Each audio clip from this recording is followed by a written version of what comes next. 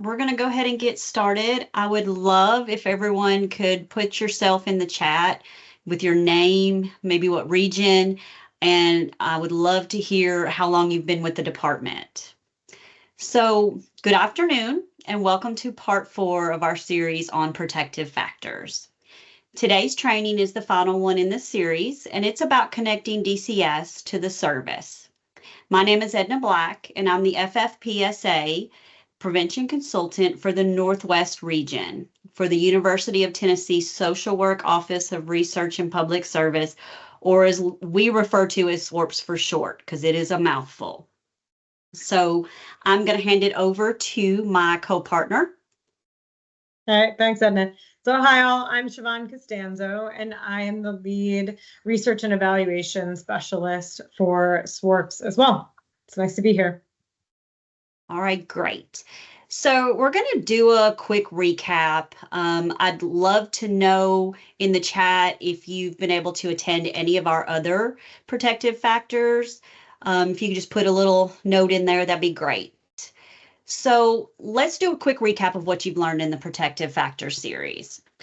And if you're like me, I like to have some examples to tie things together when I attend a training or learn something new. So bear with me, and I need you all to use a little imagination as we go through this recap. So I want you guys to think of this series as baking a cake. And if I have any Northwest people on here, they know that I consider dessert as part of my meal. So you have your ingredients for the cake, but now it's time to mix all the ingredients and pop it in the oven. But we must think about the order in which the ingredients need to be added and select the correct temperature for the oven to get the cake just right. Sometimes we have cakes that we don't get right the first time, so we repeat our steps, we make changes or adjustments. Sometimes it helps to call a friend or read from a Google recipe from someone who has more experience than you. So, go back right here. Think of your protective factors, and they are parent resilience, social connections, concrete support in times of need, knowledge of parenting and child development, and social and emotional competence of children as your main ingredients. Just like with your cake, you have your flour, your sugar, your oil, and your eggs, because no matter what flavor the cake is, all are going to require these essential ingredients. Okay. So now that we have started mixing and incorporating protective factors in motivational interviewing, and just a little recap of motivational interviewing, the 4 processes of MI are engaging, focusing, evoking, and planning. As discussed in the last training, these processes are not linear or a step-by-step guide to motivational interviewing. When you're talking with the families you are working with, using motivational interview is helpful so you can gather the information that in turn is going to be helpful in your case planning. So when you all do motivational interviewing and get to the planning stage, this can help with your CFTM or your non-custodial permanency plan. Your plan can be more efficient because you need these skills to gather additional information. And they all build upon each other, if that makes any sense. Okay. All right. So we've started mixing with incorporating the 5 protective factors and FAST core items. You know, in your FAST, you have those sections. They're family together, youth, and caregiver. So they all fit in there, and it's all connecting them to one another. So now we are ready to bake the cake and see the results, which is connecting the plan to the service. So when you're baking the cake, you know that not every cake uses the same ingredients. You know, if it's me baking a cake, it's going to be some form of chocolate. Some cakes need a little bit more mixing than others, and then some need extra time in the oven. I said all that to say that not all plans will look the same or require the same services. As discussed previously, the plans should be individualized and based on the unique needs of that child and family, with the plan being used to identify the best and appropriate services to meet those needs. Um, I know you all are working hard, making sure that those those families are getting what they need and connecting them to the most appropriate service. And it's not a one size fits all or a cookie cutter plan. So when we go into a little bit more into our training today, we're going to learn about the desk guide. And like baking a cake, you've got to have each step. And so all of these steps are going to tie into that. And it will help you understand that desk guide. All right, Siobhan, I'm going to hand it over to you.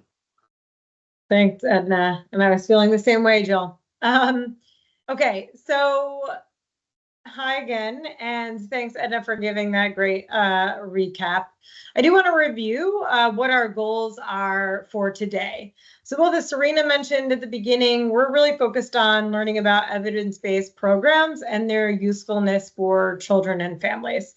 So today our plan is really going to articulate what exactly are evidence-based programs. Like, what does that mean? Some of you may know, some of you, this may be new, and that's okay. And we really want to tie them, like, why are they important for children and families? We'll also outline which EBPs are actually in DCS's FFPSA state plan, which just means, and I'll say this a few times, that DCS can use those federal dollars from FFPSA to pay for these services. And then, as Edna mentioned, we developed a desk guide that outlines what those EBPs are and how they're connected to the FAST in relation to protective factors. So all that you've been learning throughout these trainings. And then we'll also end with how you can connect with your prevention consultants to learn more about other evidence-based programs in this region. So I will say this again, but I want to say it up front.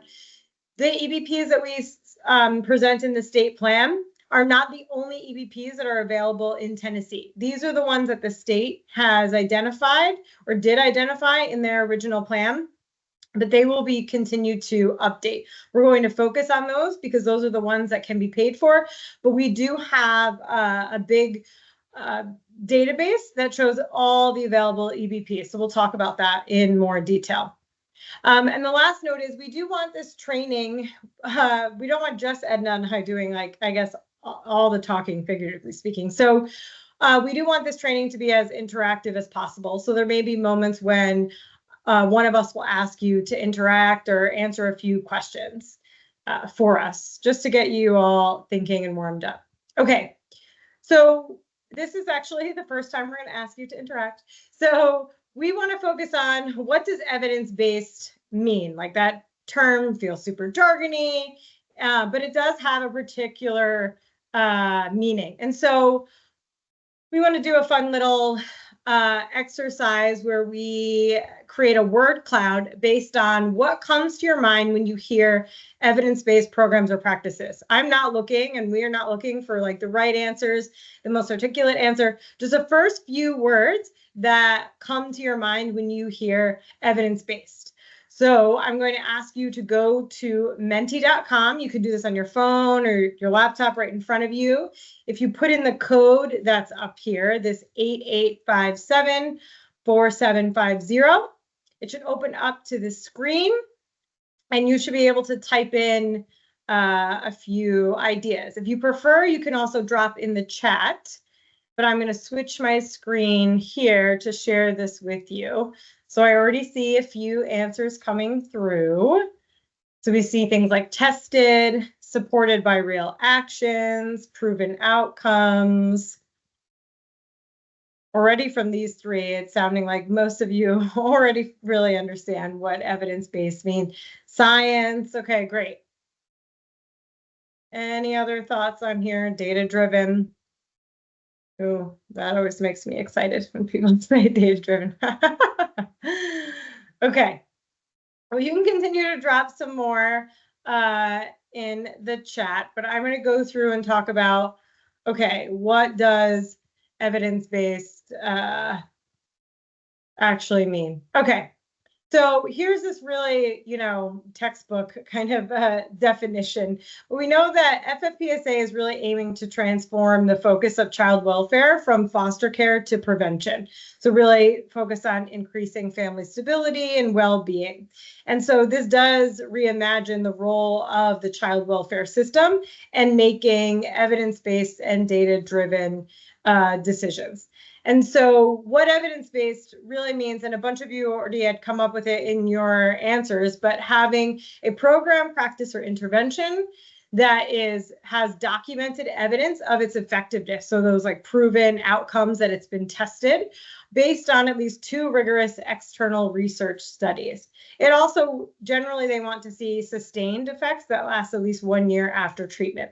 And this note up here about it being in a clearinghouse or a registry. So we'll talk a little bit about that. But all evidence-based programs, there are different, what they're called clearinghouses or registries. It's essentially a database where all of these programs are located, and you can actually look them up. And we will share with you the one that is appropriate for FFPSA.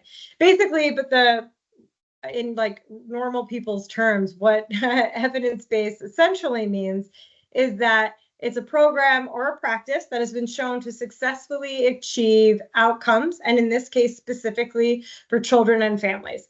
And this, again, can be around child well-being and safety. It can be about the bonds or the relationships between the child and the caregiver. It also can be improved mental health, both for the child and for the caregiver. So essentially, we know that these programs work. Okay, so one of the things we really want to hone in on today is like, why does it matter that we use evidence-based programs? We know that, families are receiving all sorts of services, and I know you are all connecting families to services and thinking of all of the resources that you can provide to your families to really enhance their safety, well-being, and stability. But given that FFPSA's goal is really to increase permanency, so keeping children with their families safely together as much as possible, we really do want to provide families with services that we know will work. So you all know better than I, but families that interact with DCS and the child welfare system often face a multitude of challenges and obstacles and are often connected to many different systems, right? So not just child welfare. And when programs and services fail families, we know that this can create additional trauma and harm. And so the child welfare system in the US was built a century ago, was really built on the notion that children at risk of harm need to be rescued, right, from their parents in order to be safe. But we know now, actually, that more of the opposite is true in almost all cases. Obviously, this is not always true, and you all know better than I do, but children do need their parents in order to thrive. Sometimes, however, parents or other caregivers need help and additional resources, especially when they're struggling with poverty, housing instability, mental health, or substance use disorders. And so we know that while experiencing maltreatment is traumatic enough for kids, we also know that separation from parents can compound this trauma and create really long-term effects. And so the goal of using evidence-based programs is that we know they work. So one of the main things, oh, I forgot to go to this question. Okay, so I'm going to stop here. I'm getting ahead of myself. So with all that said, I do want to take a second and have you answer another question in Menti. I promise this won't be every other slide. This is the last one. But I want you all to think about when you joined DCS, what was the impact you were hoping to make in the lives of children and families?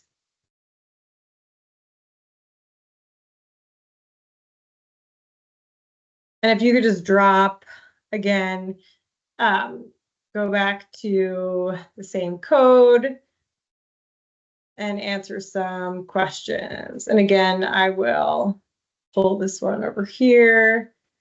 Okay, so I see keeping them at home. What are some other things that hoping to keep them safe and out of harm, keeping children safe? Great. Any other thoughts or reflections? Feeling safe, help families, less children in the system. Great. These are all really helpful. And this gets me back. Well, okay, sorry. Here we go. I see a few more that I want to share with everyone. Be the change, be able to reunify families successfully. I wanted to make a big impact, and now I hope to make a small impact. I think that's real and very fair.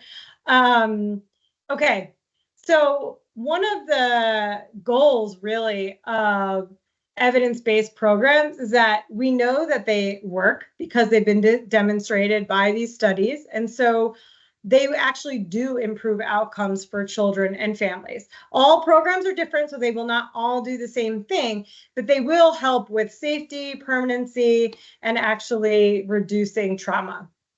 The other piece, and I think I saw some of this show up in what you all were sharing, is that they can prevent out-of-home placements, right? And that is the goal of FFPSA and this prevention work. How can we identify families who maybe need extra support and provide them services that can help build that resiliency for families and actually keep children with their parents or caregivers as safely as possible? The other piece I want to emphasize is it actually is supposed to help reduce the work for all of you so that we're not having a vicious cycle of intergenerational violence or trauma, or having families that you came in before, we gave them some services, and now they're back in again, right? And we know that that cycle can happen. And the goal of using evidence-based programs is that it should reduce that, and so that you do not see those families. And so that when a family receives an evidence-based program, they have now the skills and the resources and tools that they need to keep moving together safely. And then the last piece is just using resources more efficiently, right? We're not, again, and I think this is tied to keeping children with their families and also not having to continue to have families cycle in and out of the child welfare system. So there are 3 different levels of prevention, and I'm sure you all know these, but I think it's important to be clear, like what we mean when we say prevention, right? Because it can mean a few different things. So the first level of prevention is primary or universal prevention, right? That's for the entire population, and everyone has access to these resources, right? So these are things like public transportation, although I know that's limited here in Tennessee, or like public education. Those are universal resources. When we think about the next level up, that's secondary. And this is really focused on families who are at a higher risk. So this can be families that are dealing with a substance use disorder. These are families that could have a caregiver or a child that has mental health needs. This could also be like parents just need more skills or support in how do they parent or build relationships with their children, right? But they're a family that's an identified risk. And then tertiary is when we already know maltreatment has occurred, and the plan is actually to prevent maltreatment from reoccurring, right? We want to make sure that it does not happen again.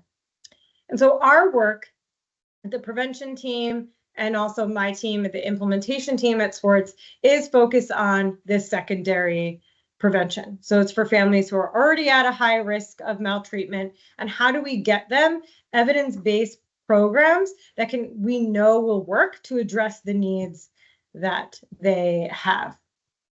And so according to, or what has been outlined in FFPSA, we are talking specifically about 3 types of services. So one is our mental health services, and this can be, again, for caregiver or for youth. We're looking at programs that address substance use disorder. Again, this can be for caregiver or youth. And then there are these in-home parent skill-based programs. And I do want to note that we'll go through all of the programs that are in the state plan. But even when programs are designated as EBPs, we actually still need to monitor and evaluate their efforts to be sure that their practice is applied with fidelity. So I know some of you probably already know a lot of folks on the prevention team, and I'm on the implementation side, and we actually are working with the EBP providers to help them think about fidelity, and we're going to monitor that fidelity and track their outcomes so that you all can be assured that when you are sending children and families to these programs, that they are actually doing what they're supposed to be doing and they're achieving the outcomes they're supposed to achieve. So that's really our role, is to make sure that we're working together. Okay, so what programs are actually in our state plan? Some of you may know this already, but I just want to, and we'll go into these in way more detail, Edna will, but I just want to put this up front out here. So right now, Tennessee has 6 evidence-based programs in their state plan. Again, as I said earlier, what this means is that the state can actually use FFPSA funding to pay for these services. It does not mean that these are the only EBPs available in Tennessee. There are other evidence-based programs, and we will discuss, I'll show you later how you can find out about them. The other point that I want to make, and I know, again, you probably all know this, but not all of these services are available in all regions or all counties. So for example, one to point out is home builders. That right now is specifically tied to Centerstone in the South Central region. So if you are outside of that region, you don't have access. That region is in that region. You do. And as I mentioned, on the implementation team, our role is to work with these providers who are offering EBP. So right now, we are working really closely with the parent-child interaction therapy providers, the PCIT providers that are currently contracted with DCS and are building out a fidelity monitoring plan and an outcomes plan. Our role is also to help DCS improve their service array. So we do know that these programs are insufficient for the needs of all of families, right? And they're because they're not accessible everywhere, we need to improve that. So a part of what our team, again, on the implementation team is doing is meeting with the Division of Federal Programs and talking with central office about what additional programs or services can we implement, what additional providers could we partner with to help offer these programs. So I wanted to let you know that that is happening and that is ongoing work. Actually, we're meeting with Tony and his team on Friday to pitch some. So this is like happening in real time.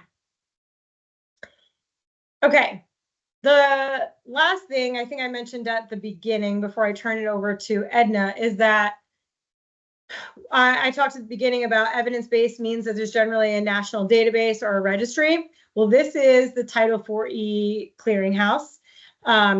We can drop this in the chat for you, but if you Google, as I do sometimes, just Title IV clearinghouse, it will pop right up. And here is where you can actually find a program or service. So it is not the expectation that you will be doing this. That's why we have the prevention consultants. They know how to go and search. But I did want to let you know that there is a way to go look and see at actually the number of evidence-based programs. And so this is established by the Administration for Children and Families. And really the whole point of it is to conduct an objective and transparent review of research on programs and services intended to improve the well-being of children and families.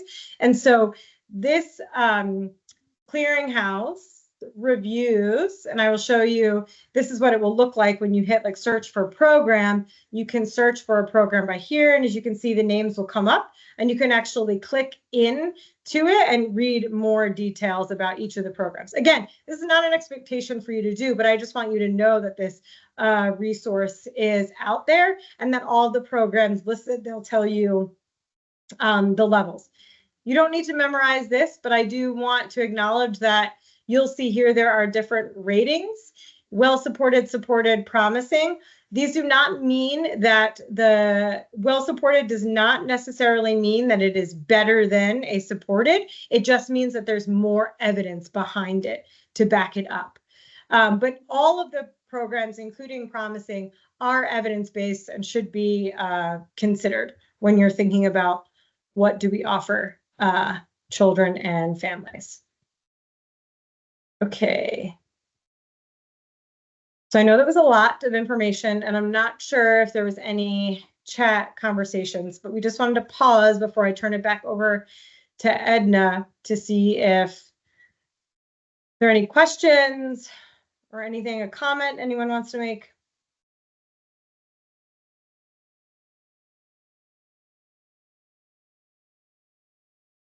I'm not seeing any questions.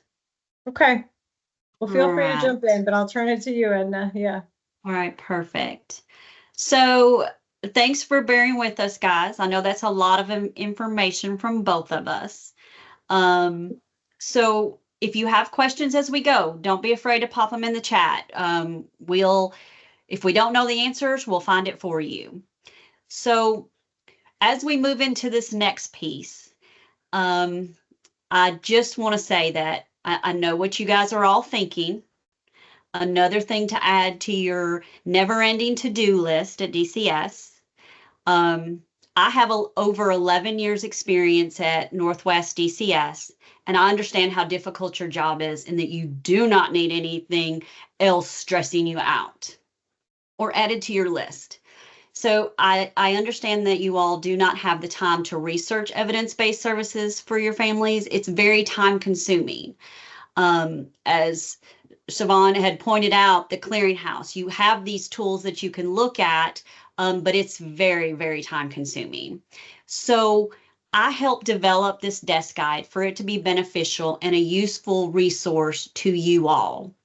So we're going to move into this, and this tool is designed to help the direct service professionals choose evidence-based programs or practices, EBPs, like we've been calling them, for children and families with needs related to mental health treatment, substance abuse prevention and treatment, and in-home parent skills-based programs. So the resource content such as service description, target population, program or service delivery, and implementation information, they all are derived from the Title E Prevention Services Clearinghouse, and you all just got to look at that, and the websites and manuals of the program or service developers.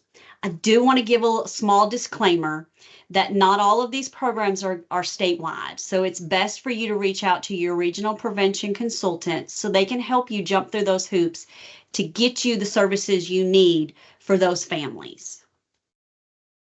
Okay.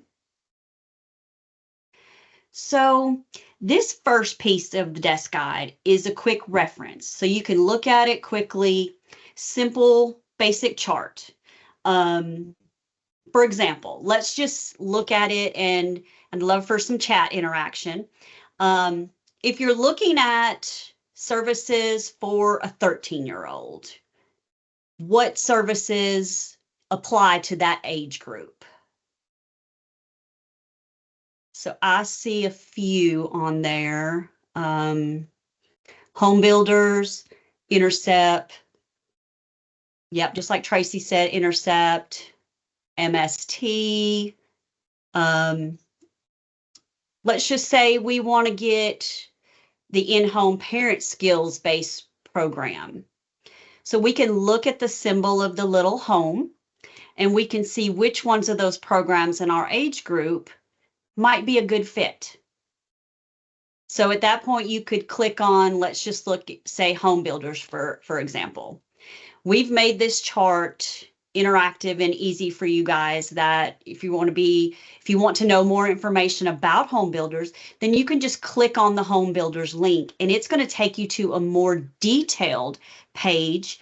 It's going to give you impact, how it will benefit your families, who it's for, and that way you can have more information to decide, is that really a truly good fit for that 13-year-old, or maybe we should look at Intercept. So just remember, you can click on each little one of the links and connect it. And you see we've got them broken down into columns, ages, your mental health treatment, substance abuse prevention and treatment, and that in-home parent skills-based program. All right.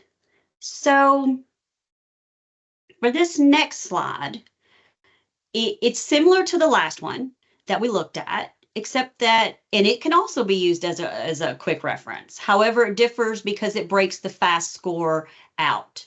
So let's just say we have a 14-year-old who's actionable. We can briefly look at this chart and see what services would apply for the 14-year-old.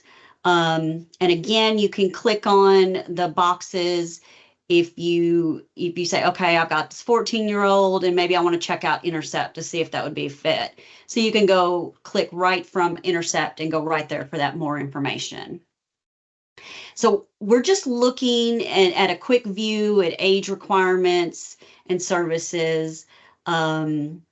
I want y'all to know that we will be covering more detailed information on the 6 EBPs in just a moment. So I don't want anybody to get caught up in that. So let's just say we have a case that family with a 4-year-old that's actionable. Which programs could we look at, guys, for a 4-year-old? We got a 4-year-old that's actionable. PCIT. Thank you, Tracy. Yeah, that would definitely be fitting for them. Home builders. Okay, yeah. So you see how easy it is to navigate these quick reference guides. All right. So if you are old school like me, I tell people all the time, I'm still old school. I like a quick reference guide. However, I like my quick reference guide to have more details. So this is the quick reference guide for you if you like details. And it crosswalks the EBPs and the FAST. So for this section of the desk guide, we have another crosswalk that it shows you the correlation between the FAST items and the EBPs. I would like to point out, as you all are looking at the crosswalk, that you don't have to have all of the FAST items to use that specific EBP. That would be the expected areas, but it could be more. These are not hard and fast, no pun, and can be fluid. And as always, reach out to your prevention consultant for assistance in navigating this desk guide if you are unsure about anything. The prevention consultants are very well versed in all of these 6 EBPs that are listed. And we can help you with that fast in connecting the right services for the families. And that next page that we have is just the same as the other. It's got MST, Home Builders, and Intercept. So I'm going to give everybody just a few minutes to kind of review this, look at it. Do we have any questions? Again, we just listed some of the FAST items that would be appropriate for these EBPs, just because you've got you listed safety of the child and discipline. It scored on both of those. Doesn't mean you have to have both of those to use, PCIT or something, or Intercept. You could just have one of those and your family would still fit in there. I hope that makes sense. Any questions so far? We're going to get into the meat of it in just a moment.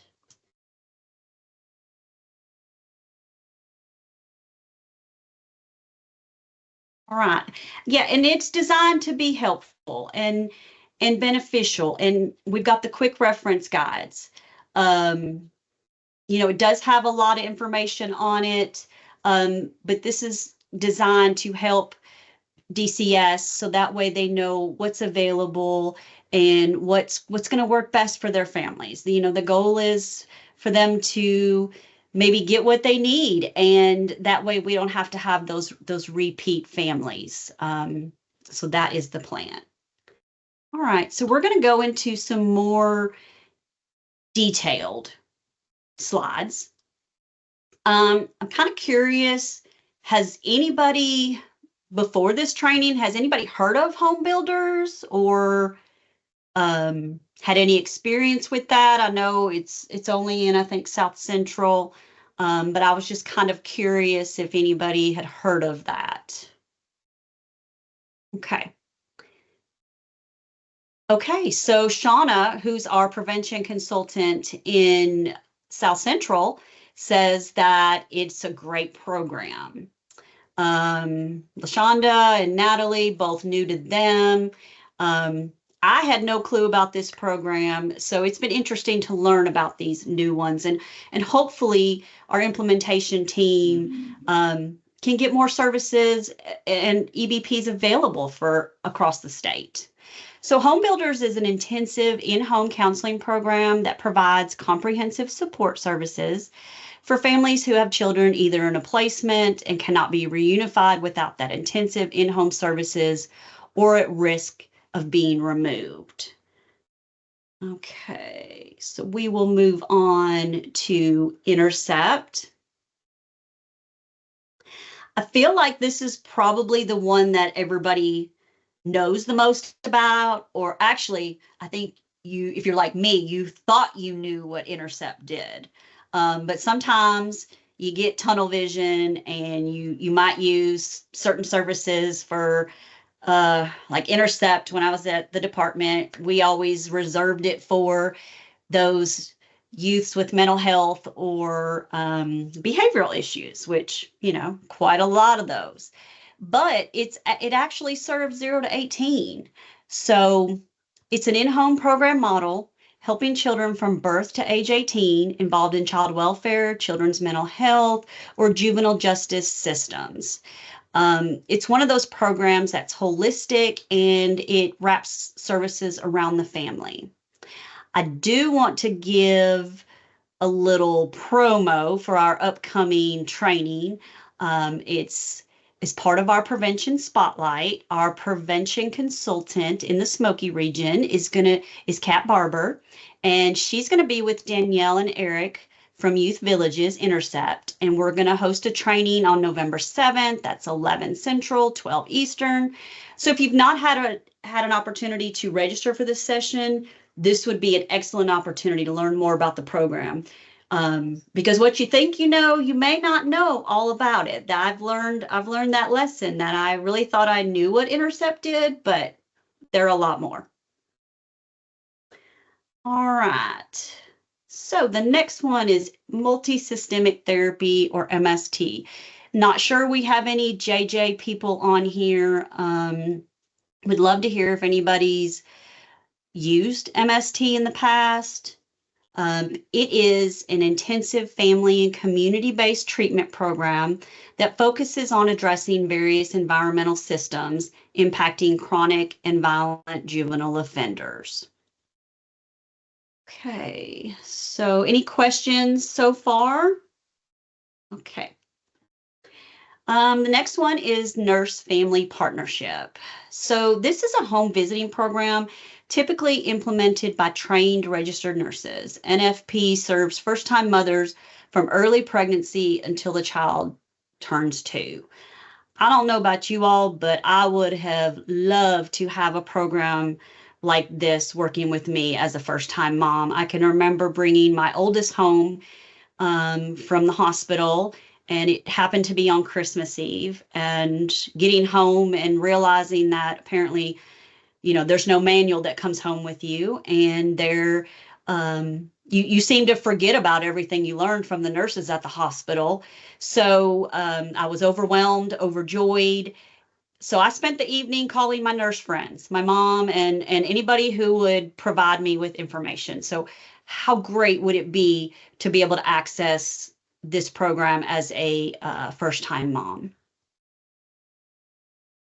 All right, so the next one is PCIT, Parent-Child Interaction Therapy. I know I've got some Northwest folks in here, and they're probably tired of me preaching about PCIT. But it is an evidence-based treatment for young children with behavioral problems and their families. Now, I do want to give a little shout out to my Northwest peeps. Over on the Northwest side, we don't have any DCS contracted PCIT providers, but that's okay. We don't have to have contracted providers. I've been able to help some workers in Dyer County access this service for a family that really needed it. So there are other ways. There's a couple of hoops you got to jump through, but again, your prevention consultant can help you jump through these hoops.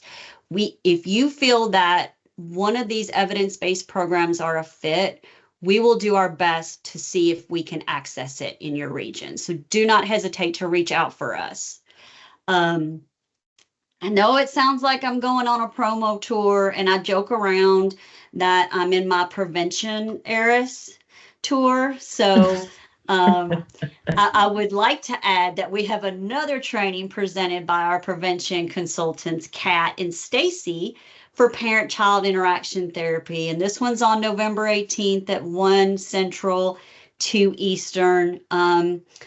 If you're curious about PCIT, you want to learn more, definitely join this training. It's a great program. And like I said, even if there's not any contracted providers, we can help make it happen. We'll work with the federal Tony's team, and hopefully we can get the services for the families. Any questions? Okay, I'm not seeing any. All right, so we'll move on to the next one. This is Parents as Teachers. This is a home visiting parent education program that supports expectant and new parents through its four components. They do personal home visits, group connection events, child health and developmental screenings, and community resource networks. So it's they wrap it all up in there. I promise this is my last advertisement of the day, but as luck would have it, we have our last prevention spotlight of the year presented by our prevention consultant, Stacy, in the Knox region, on Parents as Teachers, December 12th at 11 Central, 12 Eastern. So please sign up for that and learn more about that program. I believe they're pretty much across the state. That's one of the programs that's free to access. So we would love to hear from you guys and help you connect your families with these services. So before I hand it back over to Siobhan, I would like to reiterate a couple of things. First, these are not the only evidence-based programs at your disposal. However, these are the 6 that we're focusing on in the desk guide. There are lots. If you go to the 4E Clearinghouse, there's a whole bunch. If there's not an EBP that's offered in your region, I would, again, urge you to reach out to your regional prevention consultant so they can assist you in finding what you need. We have a detailed list of how we can get the families what they need. If they can't have a certain program that you had your heart set on, maybe we can get the next best thing for them. Okay. All right, I think I'm going to hand it back over to my partner. Thanks, Edna. That was great. Okay, before we go to there, I did want to show 2 things. So actually, Jill Presson thankfully dropped the link in the chat. So I just wanted to share, this is the website for the FFPSA prevention consultants. So you can go here to see the mission and goals and outcomes of what the prevention consultants are doing. But as Jill mentioned, here you can also find links to the trainings and other events that are happening around prevention in your region. So I highly suggest you checking this out. And then if you scroll to the bottom, here are the team members. So if you don't know who your regional consultant is, you can come look them up. We have their contact information, both email and phone number. So it has all of the information here. And the desk guide that Edna just walked through, we'll be able to give you a PDF version, but there'll also be a version that's saved on this website as well. So if you just save that, I would bookmark maybe the FFPSA website, and then you can go back and have the information that you need. Okay, the last thing before we wrap up, I know it's been a ton of information here, so please, I appreciate your patience and your attention. But as I mentioned, and as Edna mentioned, the evidence-based programs that we presented are not the only ones that are available in the state. So my team on the implementation side, we actually went through the clearinghouse and looked for all of the evidence-based programs in the clearinghouse that are available in Tennessee, and we compiled this resource directory. Right now, it's only housed on our website. So in order to access this, you would need to go to your prevention consultants, but they have access to it. We have information on here about the providers, their websites, their phone numbers, where they're located. And we also have information on the evidence-based programs. And so you can see here, it's actually down by county, region, and grand region. So you're able to, and this is a searchable format. So if you work with your prevention consultant, come to them about a specific family that you think an evidence-based program would be useful for them, we highly suggest you reach out and they can actually search and see what resources are available in your region. And I just want to note, because I know that this is, again, more of a process. So we are actually right now working with the communications team at central office to start implementing some, we're doing it county by county for now, just to go slow, but to get all resources, not just EBPs, but EBPs and other resources in each county onto a resource database on DCS's intranet. So we're hoping first to launch Davidson in the next few weeks, and then we'll roll it out to other counties. So know that that is coming down, and we are trying to find a way that you all can access this information really easily. But for now, the best way to do it is to go through your prevention consultant, and they can help guide you and figure out what resources and services that you need. And that is all we have for you today. We just ask that if you would, we would love to get your feedback. I am an evaluator on this project and by training, so I do appreciate feedback. And I promise I do actually look at all of these surveys to see the responses.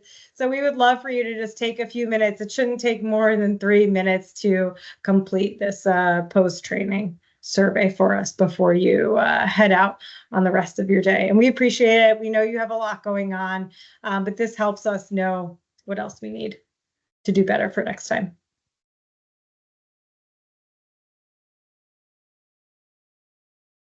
And I think I just want to add too, real quickly, while folks are looking, and if there's any other questions to add in, like the whole purpose for us, like Edna had said, developing these tools is really to give frontline professionals an easy tool that you can use out in the field with families as you're trying to talk with them about services. So we'll be sending out the link for the desk guide, and you can use that. You don't have to come back into an office, I guess is what I'm trying to say. If you need to try to access that on your phone and kind of take a look at it, you'll have that capability to do that and be able to have some of these conversations about services with the families in real time. That's the whole purpose of trying to put the guide together. And then, as Savon stated, in the near future, as we're continuing to build out the directory, all of these things will continue to get linked together so that it's really a quick tool for everyone that's out working in the front line with the families to give you good information and be able to look at those services in real time. So it's a work in progress, but we felt it was important to go ahead and share the information with everyone and at least start that conversation, start using the prevention consultants in your region to help you in kind of talking through and working through how to use this guide. So as it gets introduced and you start utilizing it, again, we would love to have feedback across the board as that work begins about how functional was it? Was it helpful? Were there things that could potentially make it work better for you in the front line?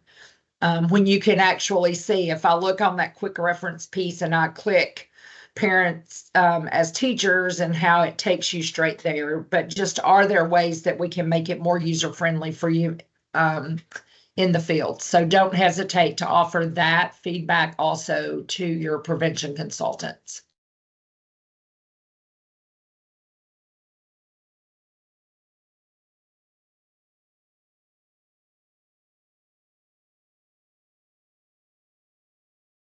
Well, thank you to everyone that's here today. Thank you all for your service. We want to thank our friends at UT SWORPS, and we can send this information out to you in an email tomorrow. Also, please be sure to click that link to make sure that you get training credit for our time together today. So, and let me know if you have any problems with the link that's in the chat. And unless we have any other questions, you can head on out, and we hope you have a fantastic week. Thanks. Thanks so much, everyone.